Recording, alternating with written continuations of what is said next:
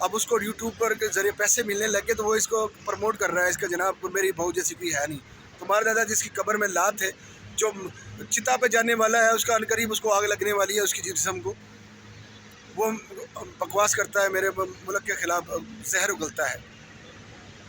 تم سب کی مکاریاں ہمارے سامنے، سیما تو مکاری تھی لیکن تم بھی ان کے ساتھ برابر کے شریک ہو۔ اور جس اے پی سنگھ اپنے مقصد میں تقریباً ناظرین میں کہہ سکتا ہوں 70% کامیاب ہو چکا ہے۔ جو اس کا مقصد تھا، اس کا مقصد صرف یہ تھا کہ میں انڈیا کی سنویدھان کے لیے کام کر رہا ہوں، ایسا کچھ بھی نہیں۔ سنویدھان کسے کہتے ہیں مجھے نہیں پتا، لیکن لفظ بہت سنتا ہوں میں۔ 66 یعنی آپ کے الیکشن کمپین اس لیے چلے کہ الیکشن لڑنا چاہتا تھا ناظرین، اگر میں یہ سیدھے تو ہمارے ملک میں عملیوں میں جانے والے کے لیے بنتے ہیں لوگ، کوئی کسی طرح کے کام کرتا ہے، کوئی کسی طرح کام کرتا ہے۔ اس نے کام کیا لوگوں کی بے حیائی چھپانے کے لیے، یعنی ان لوگوں کا ساتھ دیتا ہے جو زناکار ہوتے ہیں، جو اس قسم کے کانڈ میں ملوث ہوتے ہیں، ان کا ساتھ دیتا ہے یہ بندہ۔ اس کو کسی عورت سے کوئی غرض نہیں، یہ جو اپنے ملک کی عورتوں کو تحفظ نہیں دے سکتا اور ان کا ساتھ دیتا ہے جو ہمیشہ اپنی ملک میں لڑکیوں عورتوں کے ساتھ زنا کاری کرتے ہیں، ان کے کیس لڑتا ہے، ان کے کیس لیتا ہے، وہ اس بھگوڑی کا ساتھ کیوں دے رہا ہے؟ کیونکہ وہ اس کو اس میں بہت مسالہ ملنا تھا، یہ پاکستان کی مخالفت میں اس کو بہت پروموٹ میں ہونا تھے اور اس کو ووٹ بیلنس بہت بڑھنا تھا، کیونکہ جو میرے ملک کو ہمیشہ غلط کہا ہے، جو غلط سوچتے ہیں میرے ملک کے بارے میں، جن کی ذہنیت ہی گندی ہے، وہ اس کا ساتھ دیں گے، ضرور دیں گے اس کا ساتھ۔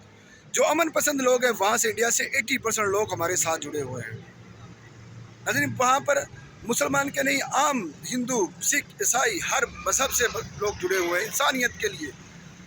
وہاں کی ایسی مہلائیں، ایسے عورتیں، ایسے بچے، ایسے بوڑھے، ایسے لوگ جڑے ہیں جن کو ہم کبھی جانتے بھی نہیں تھے۔ ان لوگوں نے بتا دیا کہ انسانیت کس چیز کا نام ہے۔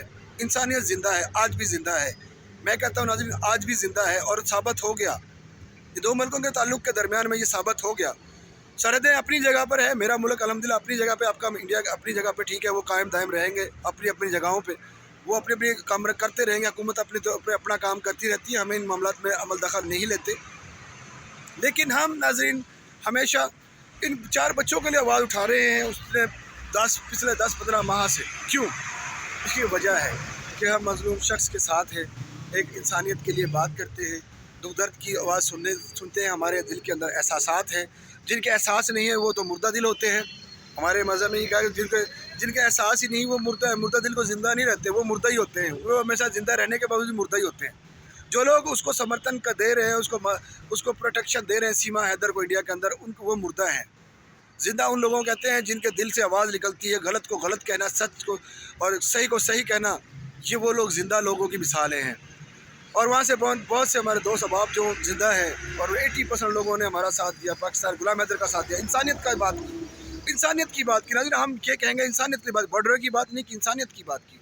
ایک باپ کے درد کو سمجھا، ایک معصوم باپ ایک معصوم بچوں کا ساتھ دینے کی کوشش کی، اور اس بھگوڑی کو ایکسپوز کیا۔ بھگوڑی کے بارے میں بتایا کہ اب جسم کی نمائش کر رہی ہے، وہاں پر تمام معاشرے کو خراب کر رہی ہے۔ وہاں پہ انڈیا میں جو بچیاں اس عمر کی ہیں، تقریباً 18، 16، 17، 18 سال کی، ان کے ذہن پہ کیا نقش چھوڑ رہی ہے؟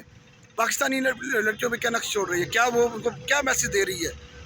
وہ جس طرح اس نے کہا تھا کہ پاکستان سے بہت زیادہ عورتیں آنے والی ہیں، میں کہتا ہوں تمہاری سوچ ہے سیما، اب انشاءاللہ تعالیٰ یہاں سے کوئی نہیں جائے گی، انشاءاللہ تعالیٰ ہماری کوشش ہے کہ نہ جائے۔ ہم والدین کو بار بار کہتے ہیں جن کی بچیاں کوئی ایسے سوشل میڈیا یوز کرتی ہیں ان پہ نظر رکھیں، وہ چاہے انڈیا میں ہو یا پاکستان سے ہو، بنگلہ دیش سے ہو، نیپال سے ہو، سوڈان سے ہو، کہیں سے کسی ملک سے وہ اپنی بچیوں پہ نظر رکھیں، جن کے والدین کا حق ہے اپنے بچیوں پر نظر رکھنا، جن میں اس بات کو سمجھا جائے کہ والدین کی ابھی رضامندی ضروری ہے، اس ملکوں کو تمام کو یہ کام کرنا پڑے گا، نہیں تو مشکلات پیدا ہو جائیں گی۔ ناظرین اب ہمیں غلام حیدر لاہور آ گیا، لاہور آ کر اس نے اپنے تمام ڈاکومنٹس کمپلیٹ کر لیے، اور انشاءاللہ تعالیٰ وہ جیسے ہی مزید ہمارے پاس اپڈیٹ ہمیں ملتی ہے پھر حاضر ہوتے ہیں، پھر آپ سے بات کرتے ہیں، پھر آپ کے ساتھ آپ کی رائے لیتے ہیں۔ دوست یہ ویڈیو اچھی لگے لائک کیجیے، سبسکرائب کیجیے گا پلیز، اور کمنٹ میں ضرور بتائیے کہ آپ کو میری ویڈیو بنانے کیسے اچھی لگتی ہے۔ پھر ملتے ہیں، نہیں اجازت دیجیے، اللہ حافظ۔